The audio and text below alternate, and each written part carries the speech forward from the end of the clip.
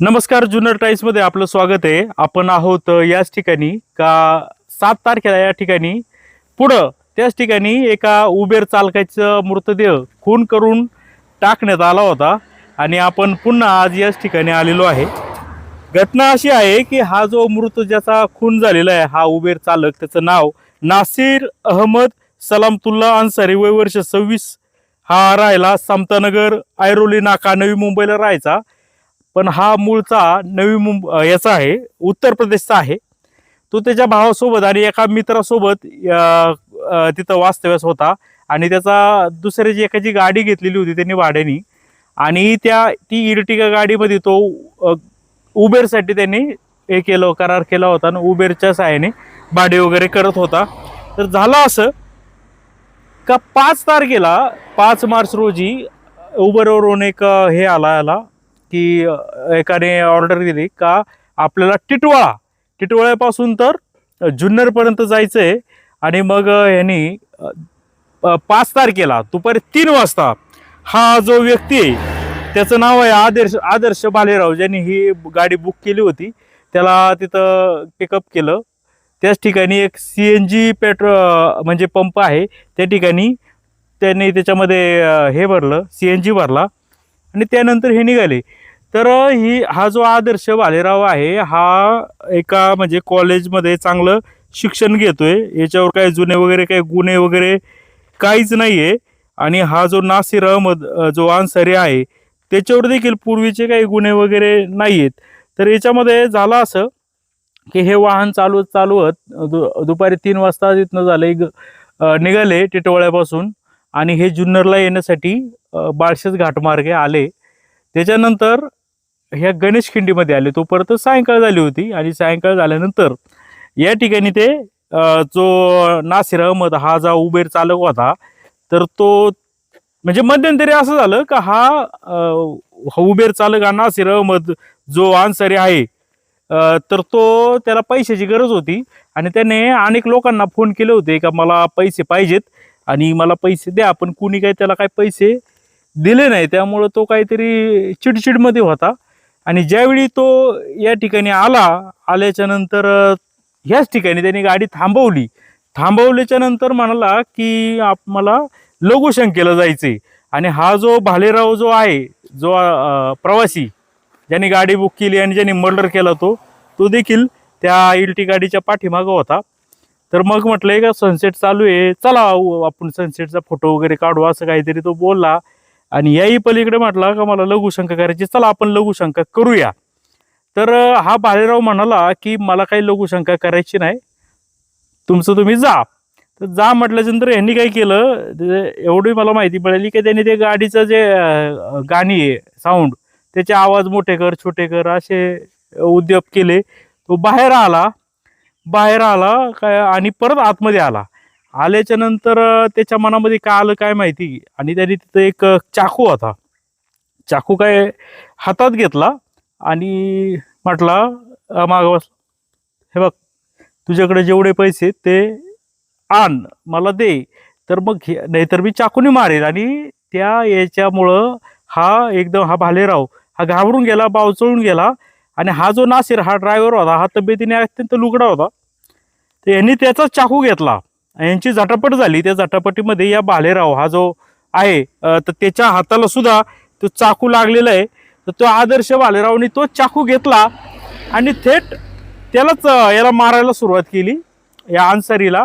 आणि तो अगोदरच ह्या अनपेक्षित हल्ल्याने तो घाबरला होता आणि त्याच्यामध्ये त्याने इतके वार केले, असंख्य वार केले, 30-40 पेक्षा जास्त वार केले असं मला समजलं.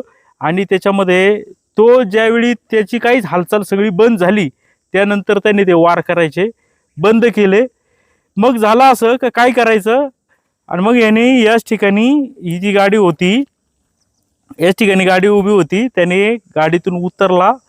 त्याला ते कसं हे करायचंय, लॉक कसं अनलॉक करायचंय ते सुद्धा माहीत नव्हतं. पुढच्या याच्यात जाऊन त्याने ते ओपन केलं आणि ही जी बॉडी आहे, हे पहा तुम्ही जर इथं पाहिलं तर इथून उचलून या ठिकाणी टाकली. आता ह्या ज्या दगडी दिसत आहेत याच ठिकाणी ती बॉडी होती, इथं टाकली.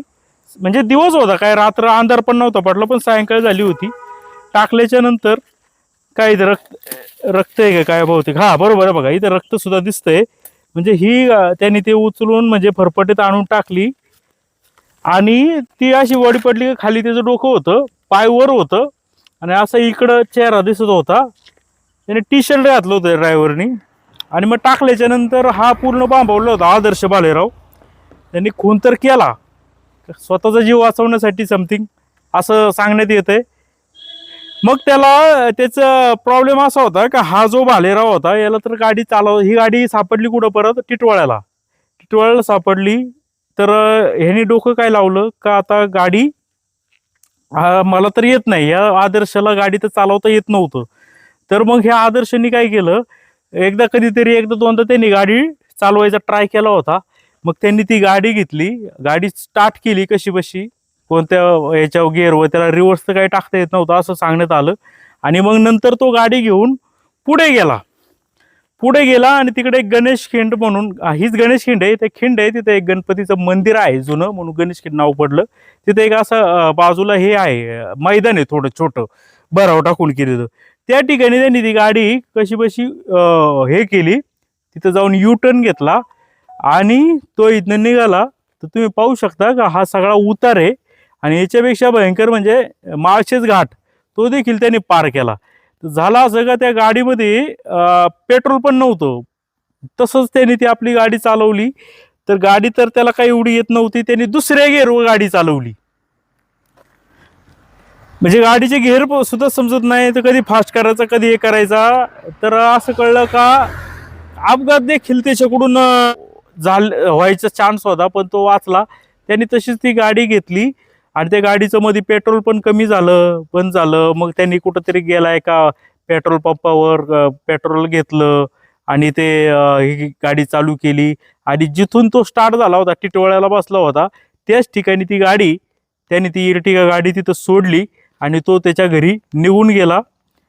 आता त्यानंतर झालं असं का तो काय आला नाही, नासिर हा जो अहमद होता तो काय आला नाही, म्हणून त्याचा एक भाऊ आहे म्हणजे सोबत राहतात, मोहम्मद अमीर सलामतुल्ला अन्सारी, यांनी काय केलं, त्याने याच्यामध्ये तिथंच रबाळे पोलीस स्टेशन आहे त्या ठिकाणी हा काय 2 दिवस झाले 5 तारखेला गेलाय, परंतु काय हा नाहीये, येत नाहीये, त्याचा फोन पण लागत नाही वगैरे अशी तक्रार दिली, मेसेजची तक्रार दिली. त्यानंतर रबाळे पोलिसांनी तपास चालू केला. तर तपास चालू केला असं तर याच्यामध्ये असे, हा उबेर चालक होता. तर याच्यामध्ये ॲपमध्ये कंपनीकडून माहिती घेतली की ही गाडी कुठे गेलेली आहे आणि ते नेव्हिगेशन जे असतं चालू, त्याच्यावरून असं समजलं की ती गाडी ही आदर्श भालेराव नावाच्या एका युवकांनी ती बुक केलेली आहे. त्याचं वय 21 आहे आणि हा टिटवाळा ईस्टला राहतोय, संकेश्वर क्रिस्टल सोसायटीमध्ये.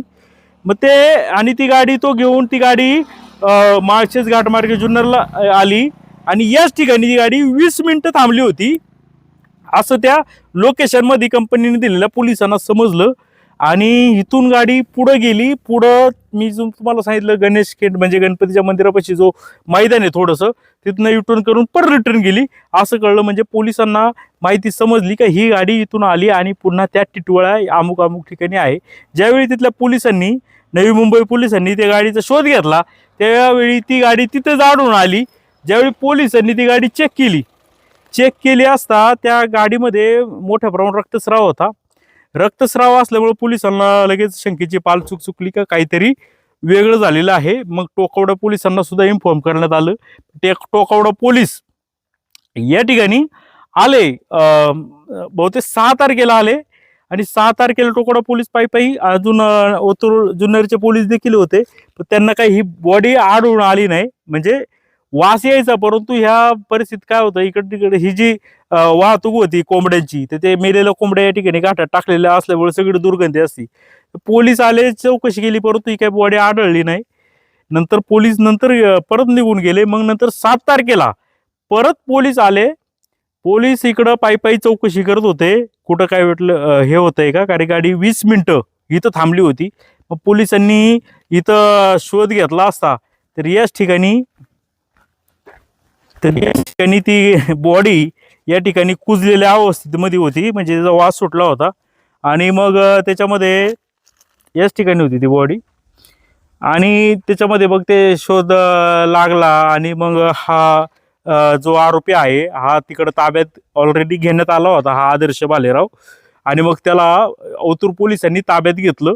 आता मुळात असं झालं की एकटा माणूस कसं काय मर्डर करेल किंवा काय करेल, तर त्याच्यामध्ये मला असं माहिती समजली यांनी हा स्वतः ह्याच्यावर हल्ला होतोय म्हणून प्रतिकार म्हणून यांनी उलट हल्ला केला आणि त्याच्यामध्ये हा नासिर चा त्याच्यामध्ये खून झाला. तर खून झाला इतकं त्याने मारलं की भरपूर, मला तर वाटतं 30-40 वार झाले त्याच्या अंगावर. शेवटपर्यंत तो जोपर्यंत हालतोय तोपर्यंत हा त्याच्यावर भालेराव वारच करत होता.